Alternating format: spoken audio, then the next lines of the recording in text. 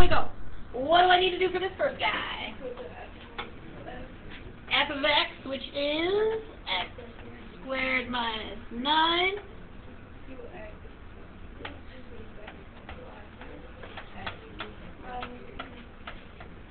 Okay. So, can this be simplified? No. Maybe. Why are you not allowed to just cross out the 9 and the 3? You have to do it to everything. Exactly. This line right here is what operation? Division. What undoes division? Multiplication.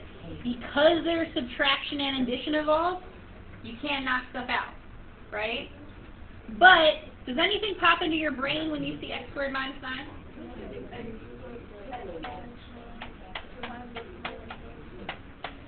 That should pop right into your brain, right? So the real question becomes, is one of these a factor of this? So you have two options. Because this is something that looks like it could be factored, right? That's like a whole thing. You can go through the MAM process and see if one of these works, okay? Or you can kind of play around with it and do a little guess and check because you know it should be one of these. You can even knock out synthetic division if you really want to. You have a lot of options, actually.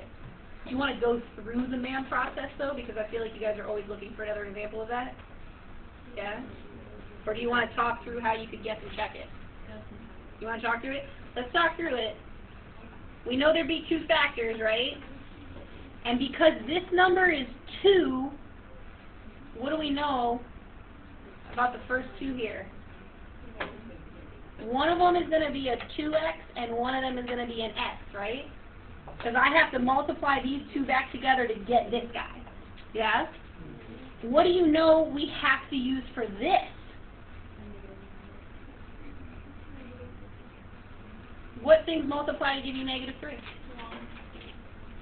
1 times negative 3 or negative 1 times positive 3, right? Those are your only options. So you've got to decide which one is going to work out to give you a 5 when you FOIL them out. If you want to do the guess and check situation, right? So like if I put a +1 and a -3 here, what's 2 times negative 3? Negative 6, and then what's 1 times 1? 1, right? So I'd end up having this. Would that give me a positive 5? If I add them up? That's going to give me a negative 5x, right? Yeah, switch the signs. Try a negative here and a positive here. What is negative 1 times x? Negative 1x, and what is 2x times 3? Plus 6x. Does that give me my 5x? So you can play around a little bit, and if that didn't work, you could switch where the 1 and the 3 were. If that's not a good time to you, if that's just like one of those things that you're like, I don't even know how to organize that, just go through and do the MAM. Do you still want to see the MAM process? Yeah, we can do that, okay? But do you see what happens here? So then what would you do? Knock that guy out, knock that guy out. So this becomes x minus 3 over. I just wanted to make sure you had a nice example of if you can simplify these guys, what they look like, because most of the time these can't be simplified. Okay? And this in particular ties into our next unit, our 5th unit, in a very, very big way. You're going to be doing this a lot. Okay? Let's just go through the MAM process for good measure, though. So if I have 2x squared plus 5x minus 3, what am I doing here? Multiply my m, so 2 times negative 3 gives me what? So I need two numbers that multiply to give me negative 6, add up to give me 5. What are the winners? Negative 6 and 1, negative 1 and 6. Yeah, that's the winner. Okay? What do I do with those two numbers?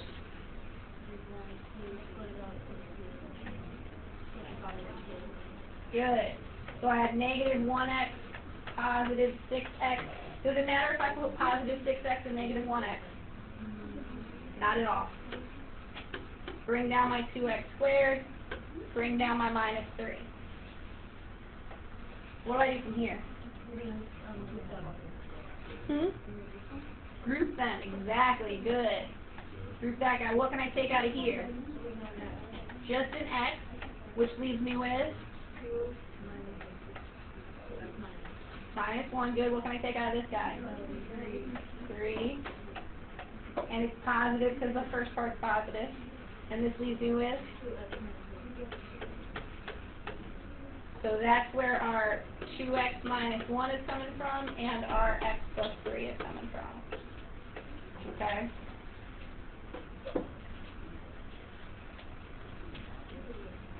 Whichever way makes more sense in your head. If you're one of those people who likes procedural type things, then work that out that way. If your brain works better by testing things out and shifting them around because you kind of have some parameters to help you narrow it down, do that. Okay. Cool. On to number 2. Sunshine. How is this view? What am I doing for this guy?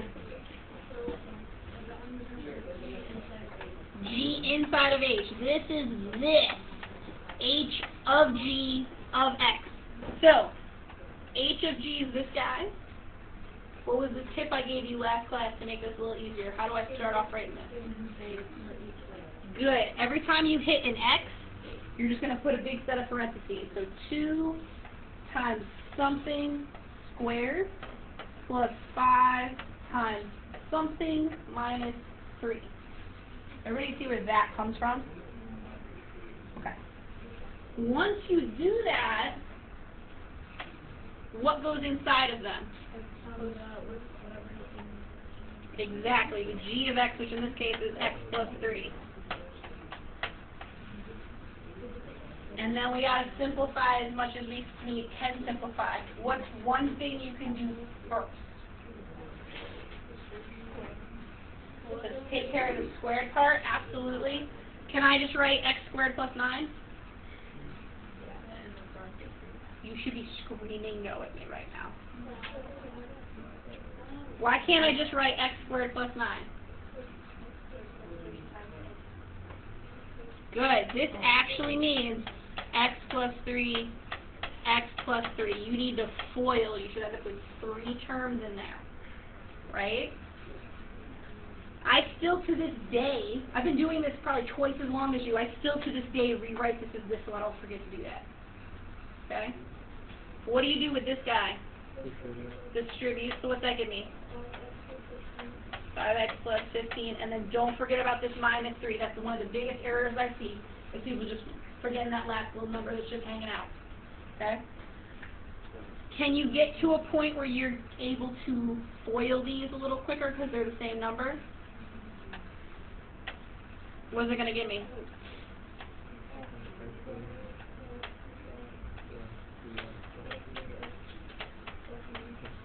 If you can jump to that next step, you're more than welcome to. Okay?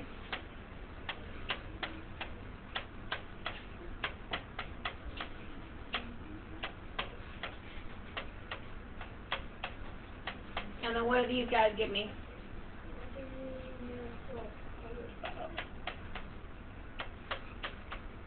Okay? Now what? Distribute the 2. So I got 2x squared. I got what else? 12x. 18. And then we got this 5x and this 12.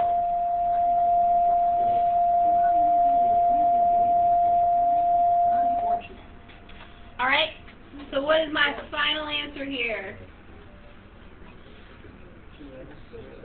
2x squared. Good. Plus 17x.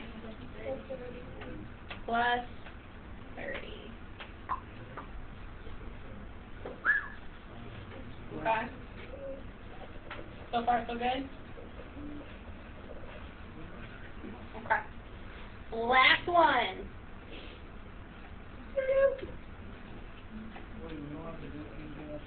No. Yeah. The only reason you have to do something else is you got a number in here, or an expression in here, right?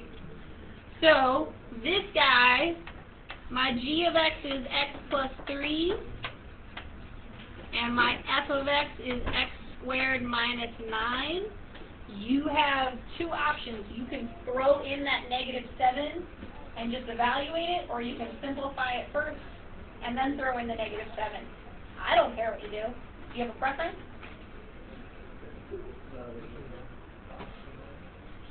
What's up? Option 1. What was option 1? I don't remember which one I said first. I don't know. You want to throw in the -7 now, or you want to simplify first? Simplify first? What is the first thing I got to do to simplify? Yeah, change that sign. Okay? So what can I combine together then? Once this becomes plus signs, the parentheses don't matter anymore. So I got -x squared plus x plus 12. And I want to know what happens at -7. Okay?